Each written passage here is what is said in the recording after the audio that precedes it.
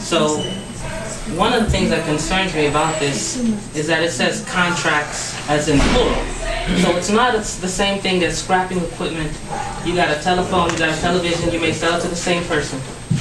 When you have to enter into multiple different contracts, potentially with multiple different entities. And the last meeting, the finance director said he didn't have any actual understanding of what the cost would be for the poles itself. Recall that? And I don't know if you've been presented with another estimate. No.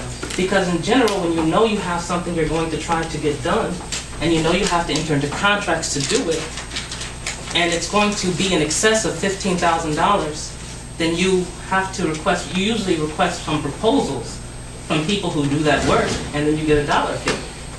And the reason why it's beneficial to have that detached is, let's say you want the light poles, but let's say you have an issue with the lawn equipment. Now you can't vote for one without voting for the other. You can't enter into one contract. You have no contracts before you, or any estimates of contracts, or any proposals from any vendors who you might enter into contract with. But he's saying, give us the authority to contract all this stuff out, though we have provided you with no estimates, and accept all of these things, though you may differ with one of them. You cannot vote one down without voting them all down. And I do understand the time sensitivity, but you know that you always say, I've been in East Cleveland all my life, so then you know the nature of East Cleveland meetings. And you know that an hour prior to a regular scheduled meeting is not enough time to hold an agenda review meeting with this many agenda items in the manner that you're accustomed to holding them. Thank you. Just one other thing, and I'm going to yield it out. I'd just like to read this. Excuse me. He's the councilman, he's the clerk. Don't do that. Counselor, stay in your lane. Ordinance. Each proposed ordinance or resolution shall be introduced in writing or print form and shall not contain more than one subject matter. If you're entering into a contract, that contracts, you're authorizing the mayor to enter into a contract to purchase equipment, or I'll say a fire engine, I'll use that as an example. It does not, you don't enter into no contract with a convoluted issue. Each one have a subject matter. Fire department has a line item, and it says right here in this charter of what happened. So don't fall for that. Make them do it right. That's the law director to prove the stuff to form. That's her job. And if it's not proved to form according to this charter, and when it comes before you, you ignore it until which time they fix it right. So I'm telling you the right way. I'm not telling you wrong. I've been there, done that. I know what I'm talking about. That's irrefutable. And the law director can't refute that either. The charter backs me up. So have them, if they want that passed, have them get authorize the mayor to purchase light poles. That's one subject matter. One line of number. The next one is authorizing the mayor to purchase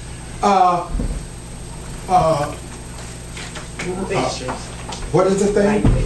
Light fixtures. That's another subject matter. Has its own line item. Next one is in the equipment for making screws, nails, bolts. Oh, come on. She getting ridiculous. But anyway, got company there.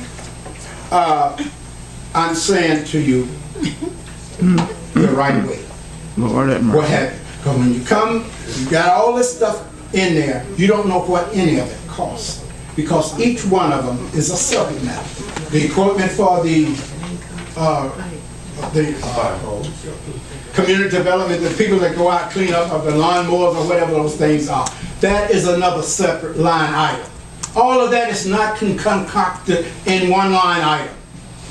And so you passing it, when I come in here and ask for a resolution in reference to, or an ordinance for the light pole, They'll say that's ordinance such and such. That's why everything have a number.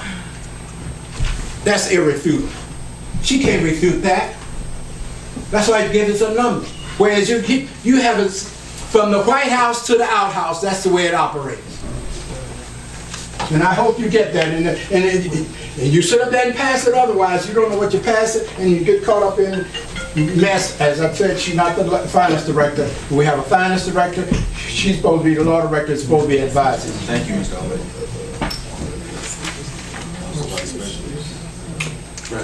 And I didn't know the clerk was the council president. I said we got 8 council people. And 2 mayors. Yeah, I want to hear from the people on this subject.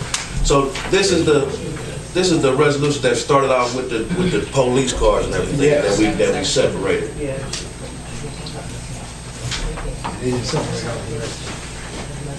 And this is the rest of it.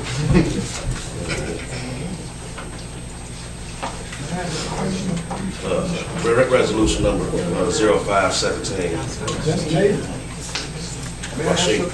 Brother Rashid. Yes, I just want to ask the question as that, based on the confusion between exactly the way it should be done, what would be wrong with just going back and just itemizing this stuff? It just, I mean, it doesn't seem to be that difficult to be able to identify each thing that's going to be purchased and to look at it. Then that way, everybody will understand what's going to be purchased with this $107,000. I'm not questioning, or $102,000. I think this, what is it, $107,000. Yeah, So is there a way that you can line item and say so much for this, so much for that? That's a great question, because I was about to ask, would it be a problem with itemizing? I see a document that the mayor is holding, So- and maybe that's what he's, what he has. Council Vice President, Council President, how are you? Councilors, I would request that you also request that, and I love the concern for the residents, right? We had committee meetings, you know, that's a great place to voice your concerns. Ideally, when you think of the council meeting, it is to present the legislation, give a brief overview of what it is, and then vote on it. But the deep questions and the deep concerns should be addressed in the committee meetings. And as we go back over a month ago now, when the finance director was here and they were all lumped together, the line item, it's already appropriated, 2017 appropriations that were passed back in November, right? These expenditures came out of it. And he showed you a number and he backed out all of the items which are itemized here, and then there was still a significant amount of money left in that line item has already passed, and has already passed the 2017 appropriations by former council.